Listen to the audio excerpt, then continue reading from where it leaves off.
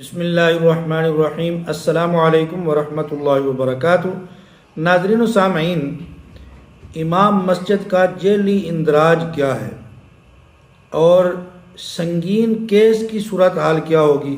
اگر جیلی اندراج کسی امام صاحب نے کروایا اعزاز یا کارڈ کے حصول کے لیے، تو اس کے لیے سنگین کیس کی نوعیت کیا ہوگی، جرمانہ کیا ہو سکتا ہے، اور جرمانے کے ساتھ ساتھ اس کے لیے سزا کیا ہوگی۔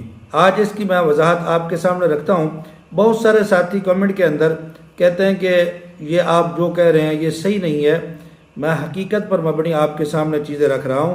بالکل ایسے ہے، اگر کوئی فیک امام پایا گیا جس نے صحیح معلومات نہیں دی تو اس کے خلاف بالکل یہ کارروائی ہوگی جو میں آپ کے سامنے ابھی رکھوں گا۔ اس سے پہلے میری گزارش ہے، اگر ابھی تک آپ نے ہمارے اس چینل عینی حقیقت ٹی وی کو سبسکرائب نہیں کیا تو ضرور سبسکرائب کر لیں، گھنٹی کے بٹن کو دبا لیں تاکہ آپ کو اس قسم کی اچھی اور سچی خبریں گھر بیٹھے آسانی کے ساتھ ملتی رہیں۔ ناظرین و سامعین، جیلی اندراج ہے کیا؟ یعنی امام مسجد کون سا جیلی تصور کیا جاتا ہے؟ جیلی اندراج کا مطلب ہے ایسی معلومات دینا جو حقیقت میں درست نہ ہوں، صرف فائدہ لینے کے لیے ہوں۔ اس کی مثال کے طور پر مسجد رجسٹر نہ ہو لیکن رجسٹر ظاہر کی گئی ہو، امام نہ ہو لیکن خود کو پھر بھی امام ظاہر کرے، امام لکھ دیا ہو، مسجد میں مطلوبہ شرائط نمازیوں کی تعداد وغیرہ پوری نہ ہو، اس کے باوجود بھی مسجد کی نمازیوں کی تعداد پوری لکھ دینا، کسی اور کی مسجد یا معلومات کو استعمال کرنا، یعنی حقیقت کے خلاف معلومات دے کر سرکاری فائدہ لینا، اس کو جیلی اندراج کہتے ہیں۔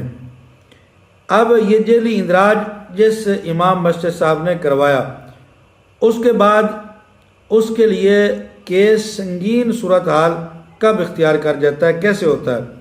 ہر غلطی ایک جیسی نہیں ہوتی، یہ ذہن میں رکھیں۔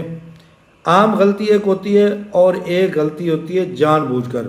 مثال کے طور پر ایک غلطی ہوتی ہے کوئی معلومات غلط ہو جائے یا کاغذات میں چھوٹی موٹی کمی ہو جائے، اس میں عام طور پر صرف تصحیح یا وارننگ دی جاتی ہے، یعنی یہ کہا جاتا ہے کہ اس غلطی کو آپ دور کریں، یا پھر اگر وہ سمجھیں کہ یہ کچھ اس میں گڑبڑ ہے تو پھر وہ وارننگ دے دیتے ہیں کہ دوبارہ ایسا کام نہیں کرنا۔ لیکن کیس سنگین کب بنتا ہے؟ جان بوجھ کر دھوکہ دیا جائے۔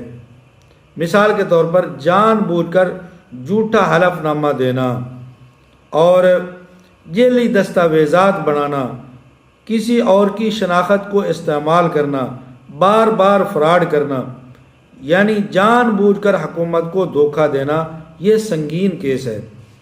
جب یہ سنگین کیس بن گیا تو پھر اس کے اوپر کارروائی بھی سخت ہو سکتی ہے۔ اگر کیس سنگین ہو تو پھر حکومت یہ ایکشن لے سکتی ہے، فوری کارڈ کینسل، اعزاز یا کارڈ بالکل ختم، اور اس کے بعد نمبر 2 مکمل وظیفہ بند، آئندہ کوئی رقم نہیں ملے گی۔ پھر اس کے بعد اس کو بلیک لسٹ بھی کر دیا جاتا ہے، دوبارہ کسی اس قسم کی سکیم کے اندر یہ بندہ شامل نہیں ہو سکتا۔ پھر اس کے بعد اس کی انکوائری بھی ہوگی، ایف آئی آر بھی ہوگی، یہ کیس پولیس کیس بھی بن سکتا ہے۔ اس کے بعد اگر حکومت چاہے تو اس کو جرمانہ بھی کر سکتی ہے۔ اگر ثابت ہو جائے کہ فراڈ کیا گیا ہے، ممکنہ طور پر لی گئی رقم واپس کروائی جا سکتی ہے، یعنی جتنے بھی اس نے تنخواہ لی ہوگی، وظیفہ جتنے ماہ کا لیا ہوگا، پہلے نمبر پر تو وہ واپس کیا جائے گا۔ اضافی جرمانہ بھی اس کے اوپر لگ سکتا ہے، یعنی اس نے 2-3 ماہ کے لیے تو پھر اس کو کہیں گے کہ آپ اس کے ساتھ ساتھ اتنا جرمانہ بھی ادا کرو۔ قانونی سزا یعنی عدالتی فیصلہ کے مطابق بھی اس کو سزا ہو سکتی ہے۔ یہ سب کیس کی نوعیت اور ثبوت پر منحصر ہے، یعنی کیس کو دیکھ کر یہ فیصلہ کیا جائے گا کہ اس کا کیس کس نوعیت کا ہے، کس قسم کا ہے، پھر اس کے بعد یہ جرمانے وغیرہ اس کے اوپر لگیں گے۔ تو بات کرنے کا مقصد یہ ہے کہ وہ ائمہ اکرام جن کے اندر شرائط نہیں پائی جاتی تھیں، اس کے باوجود انہوں نے شرائط لکھی ہیں تو وہ اپنی خیر منائیں، اب ان کو یہ چھوڑنے والے نہیں ہیں، ان کی مکمل تحقیق کریں گے۔ پھر اگر اس نے کوئی گڑبڑ کی ہے تو اس کے اوپر اس کی گڑبڑ کے مطابق اس کو سزا دی جائے گی۔ آپ اگر کوئی رائے اس کے بارے میں دینا چاہتے ہیں تو ویڈیو کے کمنٹ باکس کے اندر جا کر اپنی رائے کا ضرور اظہار کریں، انشاءاللہ العزیز ہم آپ کی رائے کا خیال کریں گے۔ جزاکم اللہ احسن الجزاء۔